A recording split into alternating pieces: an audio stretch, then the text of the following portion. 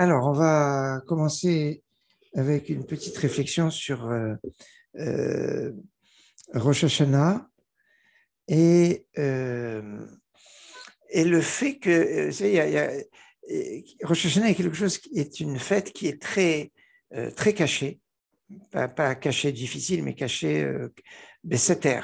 Hein. Et c'est ça, Yoshev Besséter, Elion. Quand celui qui est assis Besséter, en cachette, Elion, il s'agrandit. Donc, c'est comme ça, on va grandir à Rosh Hashanah. Euh, et notamment parce qu'il y a quelque chose qui est un peu bizarre, c'est qu'on ne finit pas la lecture de la Torah avant Rosh Hashanah, on ne commence pas Bereshit à Rosh Hashanah. Normalement, ça aurait été un peu logique que le jour de Rosh Hashanah, on commence à nouveau la Torah, parce que c'est le thème de Rosh Hashanah, la création. Et donc, ça aurait été logique qu'on fasse Vezot Abracha cette semaine, dernier Shabbat de l'année. C'est en Vezot Abracha, Tir les Shana avec le théâtre, Tachet Shana Birter, que se termine l'année, c'est bénédictions. Et là, on commence l'année avec les bénédictions, donc et quand on arrive à Rosh Hashanah, allez Bereshit. Une des raisons qui sont données pourquoi c'est pas comme ça, c'est pour que le Satan ne sache pas repérer quand c'est Rosh Hashanah. Il y a plein de choses qu'on ne fait pas euh, donc, pour perturber le Satan. Et une des choses, c'est qu'on n'annonce pas le mois de Tishri, hein, comme on ne fait pas de Birkat HaChodesh ce Shabbat. Certains disent qu'il est béni dans le ciel par Akadosh Baruch Hu. Mais enfin, le pshat classique, c'est de dire on n'annonce pas comme ça le Satan, il est mis boula. Et c'est pas comme c'est Rosh Hashanah pour nous accuser et il est perdu.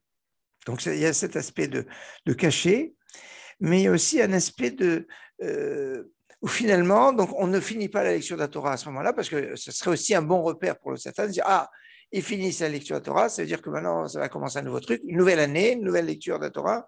Donc c'est pour ça qu'il y a cet aspect-là. Mais il y a un aspect assez remarquable. Et regardez, on va faire une connexion entre aujourd'hui et ce qui est marqué dans les textes. Regardez qu'il y a quelque chose de mignon. C'est qu'aujourd'hui, on est le 24 Elul. C'est que le 24 Elul, c'est un jour très particulier.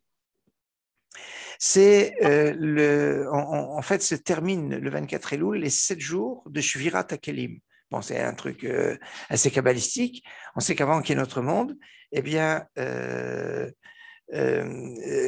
qu'il y ait notre monde, Hachem a construit des mondes et les a détruits. Et donc, ce qu'on appelle Shvirat HaKelim. Ça a duré 7 jours. Et 7 jours, ça correspond à la fin de la parasha de Vaishlach, Lifne Melech Melech Israël, avant que règne un roi en Israël. Je suis tenté de.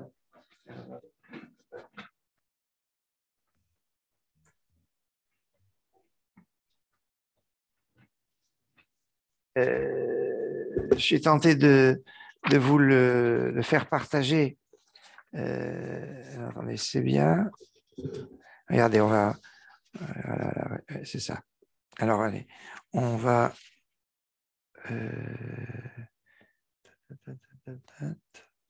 Ici, c'est là. En même temps, on va faire quelque chose qui est bien à faire aujourd'hui, c'est de lire le texte qui correspond au jour. Alors, tac, tac, tac. On va dans Bereshit, chapitre, c'est la Medvav. Alors, la Medvav, ça nous fait penser aux 36 heures du Horaganouz. On est dans les secrets de la Torah. Et au chapitre 36, au verset 31,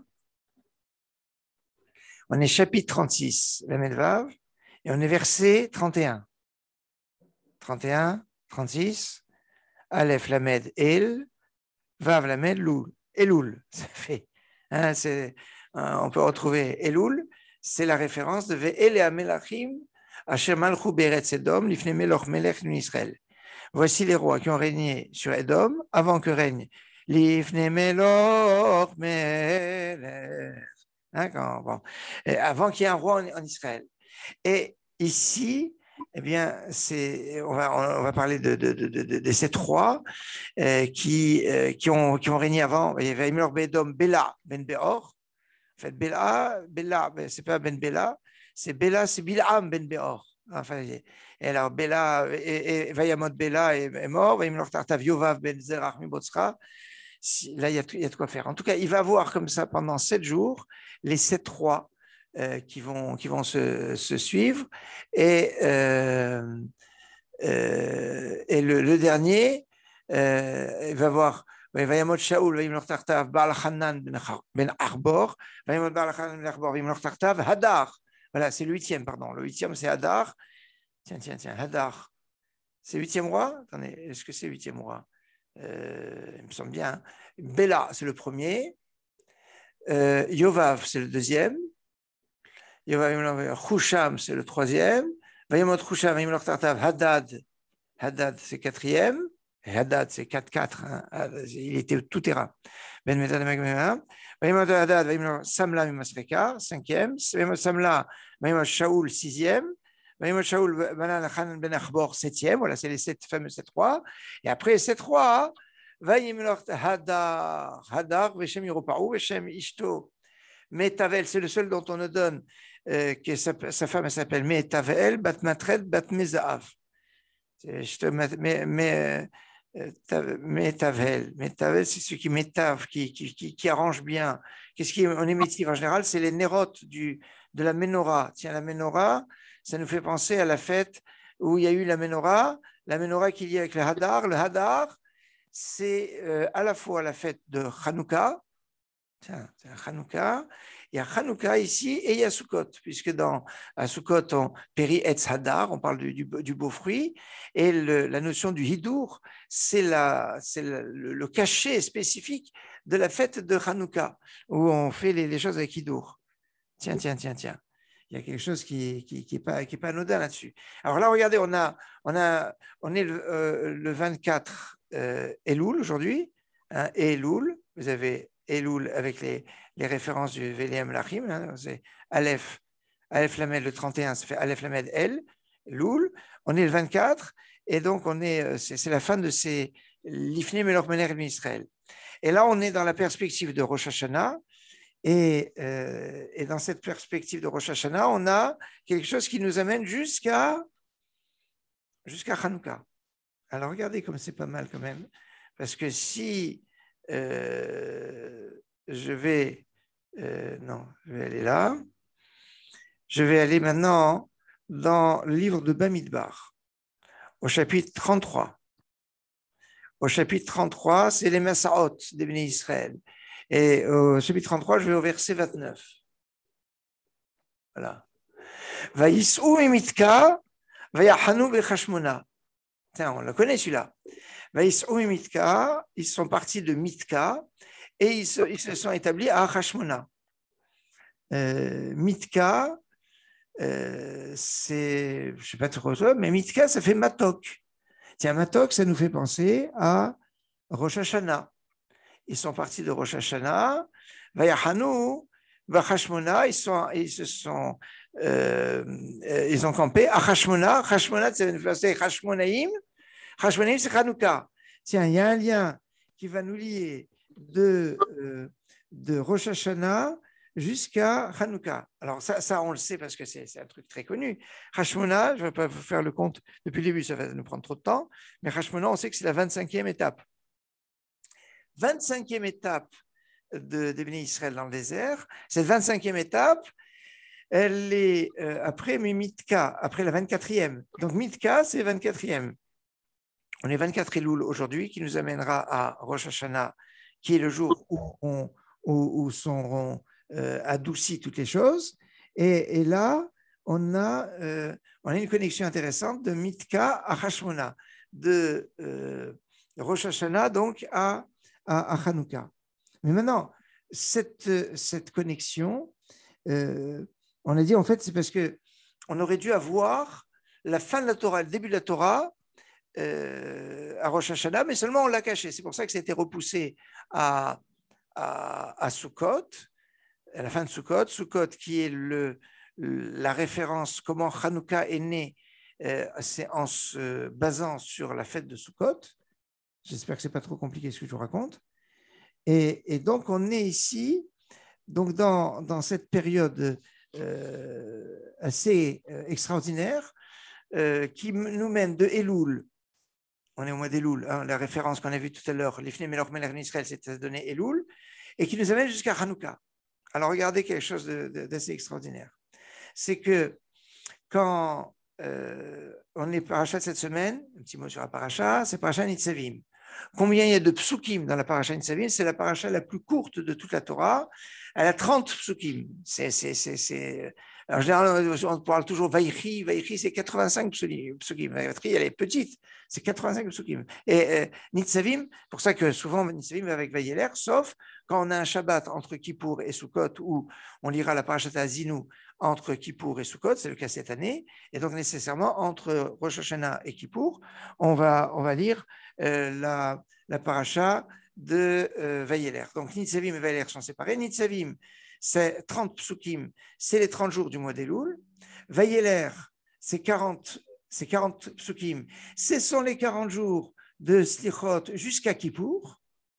30, c'est le mois d'Elul, 30 jours. 40, c'est le nombre c'est les 40 jours de début des Slichot, donc début d'Elul jusqu'à Yom Kippour.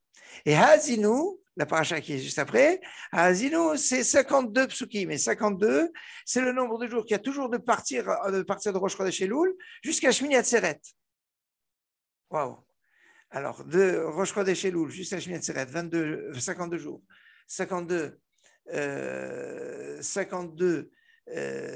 le nombre de versets dans Azinu, 40 le nombre de versets dans Vaïeler, 30 le nombre de versets dans Nitzavim. Elul, 40 jours des Slichot et les 52 jours depuis Rosh Chodesh Elul jusqu'à Shmini Atzeret. Maintenant, dans cette période, quand on arrive à la fin du mois d'Elul, avant Nitzavim, qu'est-ce qu'on a Parashat Ki Tavo? Et Parashat Ki Tavo, c'est Tichle Shana avec Kilotea, Tachel Shana Bichotea, que ça termine l'année, c'est malédiction, on commence une année, c'est bénédiction. Et Parashat Ki Tavo, c'est 122 psukim. 122, c'est la somme de 30 plus 40 plus 52. 30 plus 40 plus 52, 30 plus 40 plus 52, ça fait 122. Nombre de versets qu'il y a dans Kitavo. Donc la somme des versets qu'il y a dans Nitzavim, Vaïeler et Azinu, ça donne le nombre de versets qu'il y a dans Parashat Kitavo, la paracha de la semaine dernière. Maintenant, on a dit que les 30, les 40 et 52 au niveau des jours, ils se superposent. Hein, on a 30 jours du mois d'Elul. Ça se superpose sur les 40 jours des Slichot, dans lesquels il y a les 30 jours plus les 10 jours qui vont jusqu'à Kippour. Et dans les 52, par rapport au nombre de versets qu'il y a dans Azinu, ça se superpose sur les 40 jours des Slichot et sur les 30 jours des Elul, puisque c'est Rosh Chodesh Elul jusqu'à Shmini Atzeret. On est d'accord? Donc on a ici quelque chose qui est assez intéressant, qui connecte tout, et puis on comprend, c'est quoi qui commence l'année avec ces bénédictions? Eh bien là, dans le début de l'année, on doit avoir la bénédiction que Moshe a adressée au Béné Israël. Et donc dans cette connexion, en fait, qui va de la fin de la Torah au début de la Torah, il y a quelque chose qui est très très connu. Ce qui est très très connu entre la fin de la Torah et le début de la Torah, c'est que la dernière lettre de la Torah, c'est le Lamed Israël. Et la première lettre de la Torah, c'est le Bet de Bereshit.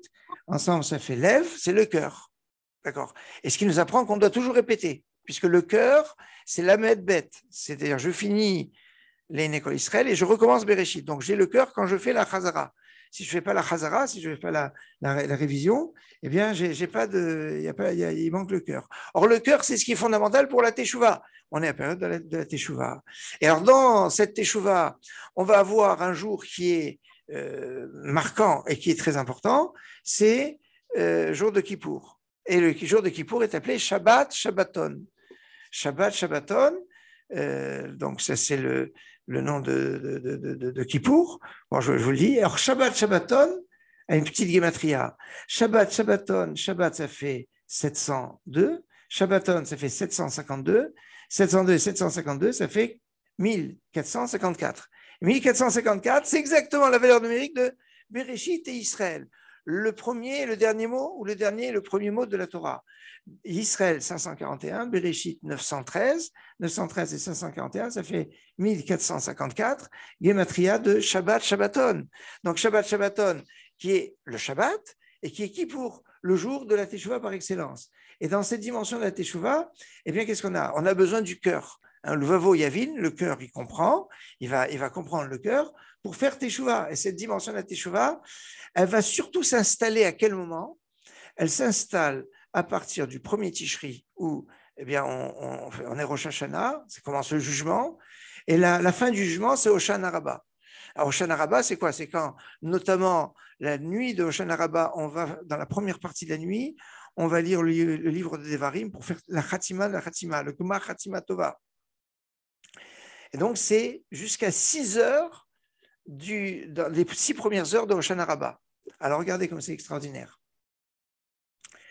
Du premier Tishri jusqu'à la veille de Hoshana Rabbah, enfin avant l'entrée de Hoshana Rabbah, il y a 20 jours, puisque Hoshana Rabbah, c'est le 21 Tishri. Donc, du 1er au 20 Tishri, on a 20 jours. Dans chaque jour, il y a 24 heures. Donc, 24 heures fois 20 jours, ça fait 480 heures. 480 heures.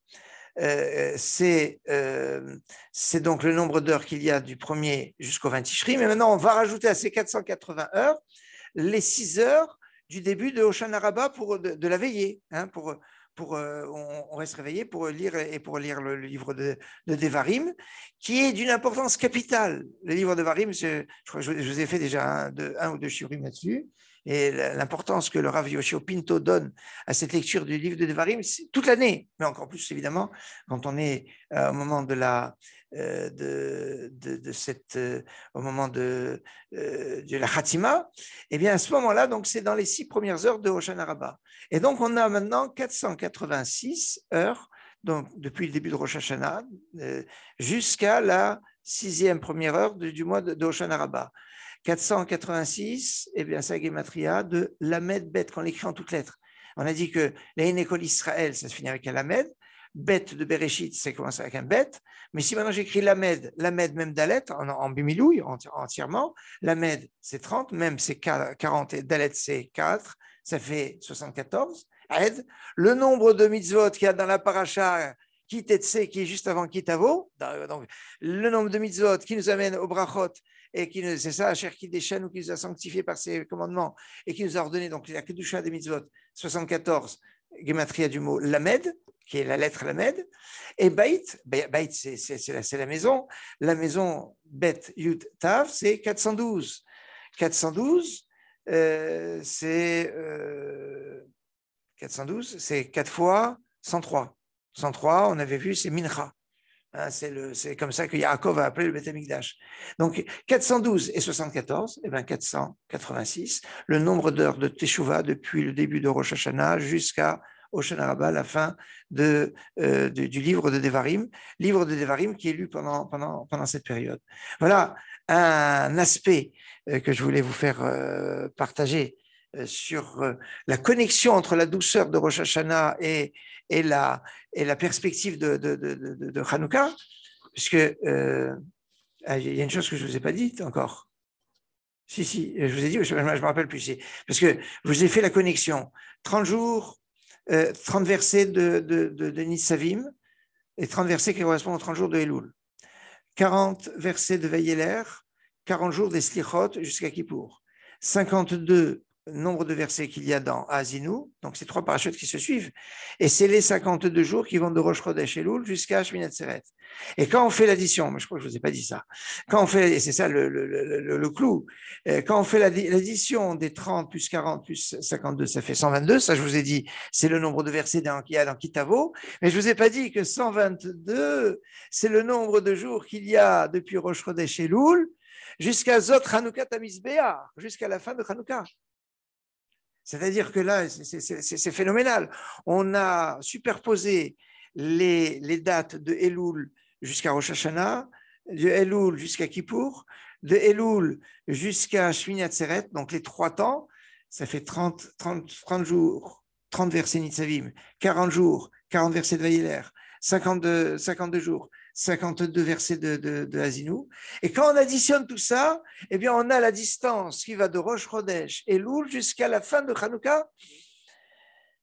C'est là, ça me. Je dis franchement. Et le Hanouka, c'est le 25 Kislev.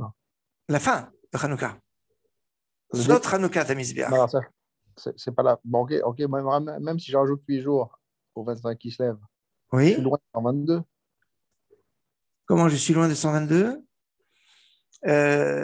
Si j'ai, alors, J'ai 3 mois à peu près, on va dire, pour trois simplifier. Ça, mois, trois ça fait mois, trois 80 fois, jours. ça fait 90. Comment on arrive à 122? Non, j'ai pas 3 mois, j'ai 4 mois. Pourquoi 4? Parce qu'il y a depuis Rosh Chodesh Elul. Ah, hello, j'ai compris. D'accord, ok, j'ai compris. On part de Rosh Chodesh Elul. D'accord, Attention, d'accord. oui, après, c'est vrai que quand je vous ai parlé des heures tout à l'heure, je suis parti de de Rosh Hashanah. D'accord, Les 486 heures, c'est de Rosh Hashanah. d'accord, d'accord. C'est Mais logique. là, quand on a les 30, les 40 et les 52, toujours on part de Rosh Chodesh Elul. Donc D'accord. là, je repars de Rosh Chodesh Elul. Donc de Rosh Chodesh Elul, j'ai 4 mois. Ouais. Elul, Non, ça Tishri, marche. Cheshvan qui se lève. C'est bon. Ouais, ça marche, ça marche. Ça marche bien. Hein, et donc là, il y a ce point qui me semble pas négligeable, qui est adapté en partie des enseignements partagés avec Raphaël. Hein. C'est du livre. Bon, j'ai un peu arrangé une autre sauce, mais enfin, il y a les bases qu'on a partagées avec Raphaël dans son livre sur les fêtes. Voilà ce que je voulais vous faire partager comme première